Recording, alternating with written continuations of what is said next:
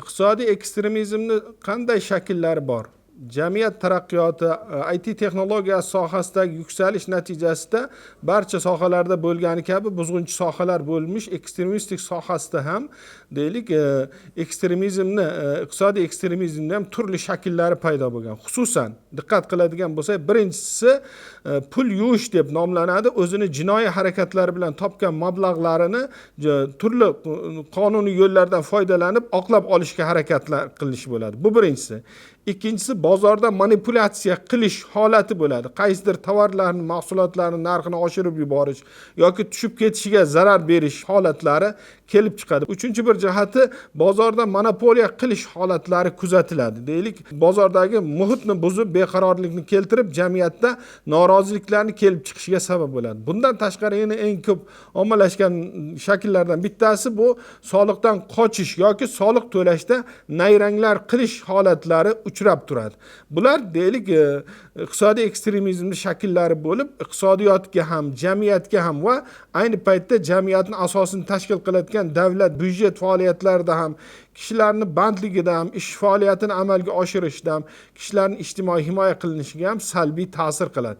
Bulardan ehtiyot bo'lish kerak. Nima uchun ehtiyot bo'lish kerakligini diqqat qilinadigan bo'lsa, bozorda muhitni buzib yuborilishi, demak jamiyatda minglab, hatto millionlab insonlarning hayotiga, taqdiriga ta'sir qilishi mumkin, ijtimoiy turmushiga ta'sir qilishi mumkin. Shuning uchun bu narsadan ehtiyot bo'lish kerak. Bu narsadan ehtiyot bo'lishning asosiy jihatlari doimo ta'kidlangan kabi jamiyatda o'rnatilgan qonun qoidalarga, tartib intizomlarga rioya qilgan holda qonun doirasida harakat qilish kerak.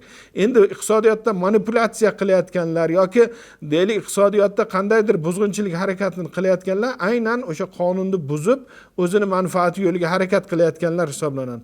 Xuddi shunday soliq to'lovchilar sifatida ham soliqlarda nayranglar qilishi davlat byudjetiga soliq tushumini kamayishiga olib keladi. Davlat byudjetiga soliq tushumini kamayishi esa davlatning ijtimoiy iqtisodiy faoliyatini rivojlanishiga xalaqit beradi. Chunki davlatni yaratib berayotgan sharoitdan jamiyatda millionlab insonlar, shaxslar manfaat ko'radi. U deylik davlat qilayotgan xizmatlar ta'limda bo'lsin, tibbiyotda bo'lsin, san'atda bo'lsin, ijtimoiy xo'jalik faoliyatlarida bo'lsin yoki infratuzilmalarda bo'lsin, bularni barchasi aynan davlatni, jamiyatni rivojiga xizmat qiladigan faoliyatlar hisoblanadi. Ana shu faoliyatlarni amalga oshirishga aynan o'sha deylik soliq to'lashdan bo'yin tovlashlik yoki soliq to'lashda turli xil nayranglar qilinishi yoki iqtisodiy faoliyatda manipulyatsiya qilib o'zini manfaati yo'liga bozorda turli nayranglarni keltirib chiqarilishi iqtisodiy terrorizmni avj olayotgan shakllardan hisoblanadi. Chunki nimaga desa, bu jamiyatda daromad taqsimotini buzilishiga,